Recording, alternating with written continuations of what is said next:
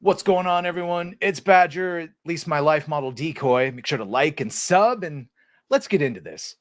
So Disney is in a deep doo-doo right now because on top of having Gina Carano finally suing them for her extreme wrongful termination and then the slandering that came afterwards, possibly Roseanne joining that, now we have a leaker giving to Elon Musk, as we can see here on Twitter. Let me show you that.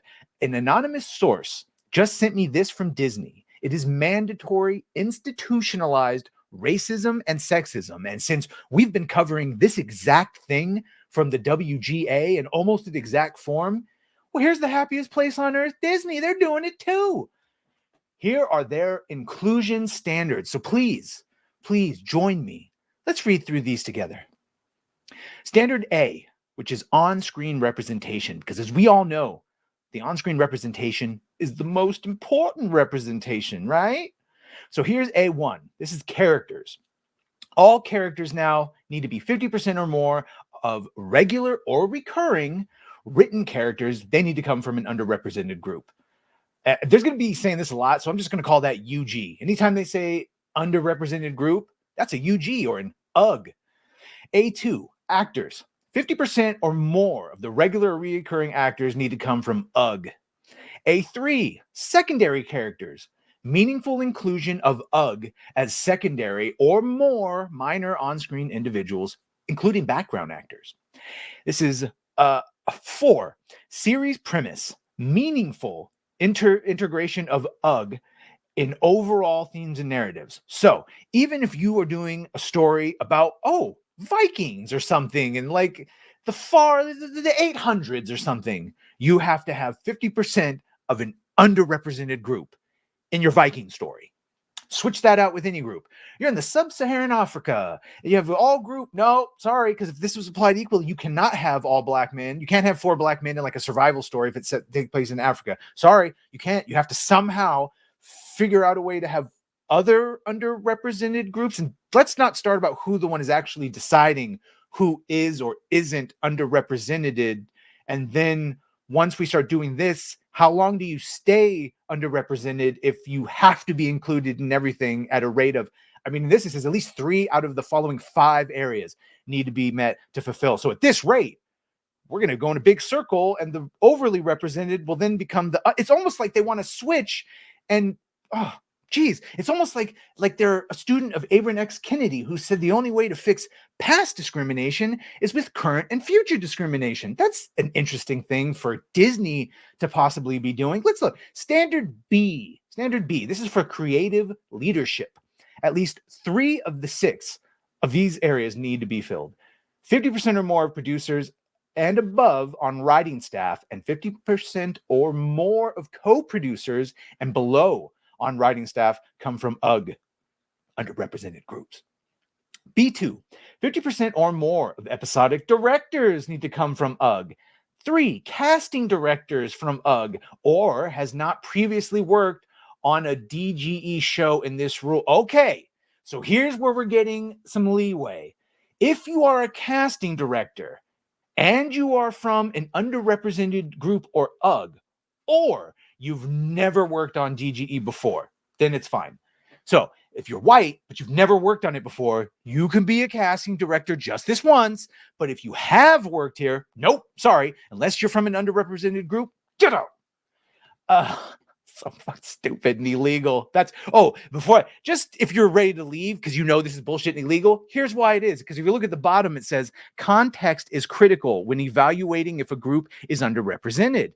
Anyone involved in hiring decisions is prohibited from asking candidates and talent about their actual or perceived race, religion, color, sex, orientation, gender identity, military, veteran, because that is illegal.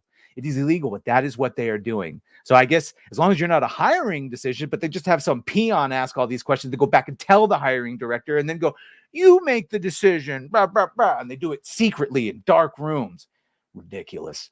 Let's just go down here. We have standard C, below the line. 2 out of 5 people for this below the line.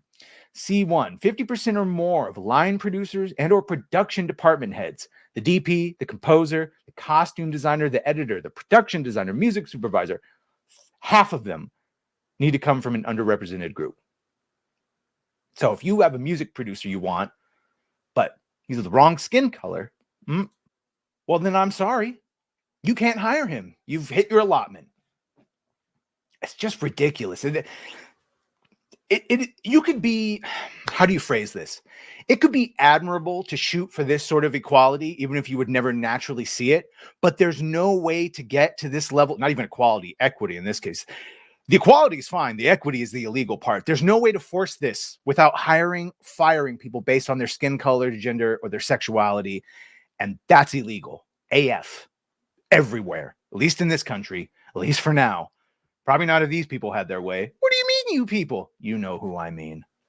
Promotion of member or underrepresented group into a role that constitutes career progression for at least one crew or team member. Okay. So on below the line of standard C, you need to promote at least one member of an UG into a role that constitutes career progression for at least one of those crew members of the team. But regardless of which one you pick one. But you have to, even if they're all horrible. What are the likelihoods of that? But the point is, regardless, you have to pick one of them. C5, hiring a line producer and or production department head who has not been previously. So there's a lot of that. You can do it as long as you haven't done it before, but then you have to be part of an UG. Standard D, paid employment opportunities such as apprenticeships, internships, expert advisors to facilitate upon eligibility for members of underrepresented groups. Yeah. Training opportunities, first jobs, 50% or more of outside vendors or contractors employed by production. So if you hire like the culinary arts department, you have to make sure that they are woke and have their DEI Jedi up to training and have 50% of all light. By the way, go to any kitchen and culinary and anything for catering. Trust me, not very equitable as far as ethnicities. Take it from someone who's worked in them. D6, producer, develop executives, show specific D&I programs subject to network approval. D6, producer develops and executes a show-specific diversity and inclusion program subject to network approval. So on every show, there's a producer that institutes a D&I program and the network approves it. So in conclusion, racism. This is it. There you go. I don't know how fine with the inclusion standards, not how they're getting there. Very admirable to try and have this level of forced. It's not even admirable anymore because there's no way to elevate someone who doesn't deserve it without alienating everyone else.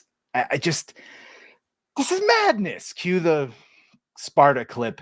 Yeah, please stop doing this. Stop condoning this. Stop allowing them to do this. Stop minimizing this. People are screaming. They're afraid to lose their jobs. They're not getting jobs. They're writing beautiful stories and they're getting told, sorry, you're white. We can't hire you. Come back with a black person and pitch it again. Verbatim, not hyperbolic. That has happened multiple times. And if you continue to allow this, if worse, you go, you're racist for pointing this out. Okay. Then that word really does mean something completely different. And I don't even know. There's no chance of division. If you are okay with this, of them specifically hiring this weird, forced 50-50 weird pseudo, it's the same thing they try and do on television. It's not what America's very diverse, but it's not an even 50-50. That's just not how things work out. It feels false. It looks false. How could you do anything creative with read all this? Listen, we just went through it. Did any part of this, how could you write anything with these shackles on you, holding you back from true storytelling, when every single thing you try to do would have to be through this lens? And the other unspoken part of it is it's not even equally applied. It's not even equally applied. And that's the real rub, because they don't want to equally apply it. They've talked about it. It's not actually about equality. It's about equity, which is about a whole nother thing, which we will get into in another video. Let me know what you think of this, and let me know what you think of Gina Carano finally suing, because this is all sort of connected. And if you think this is the end, Well, my friends, 2023 was indeed the year of effing around, and 2024 is indeed the year of finding out, and it's only going to get worse. Enjoy the Schadenfreude. Don't accept this shit anymore. And, bye. Well,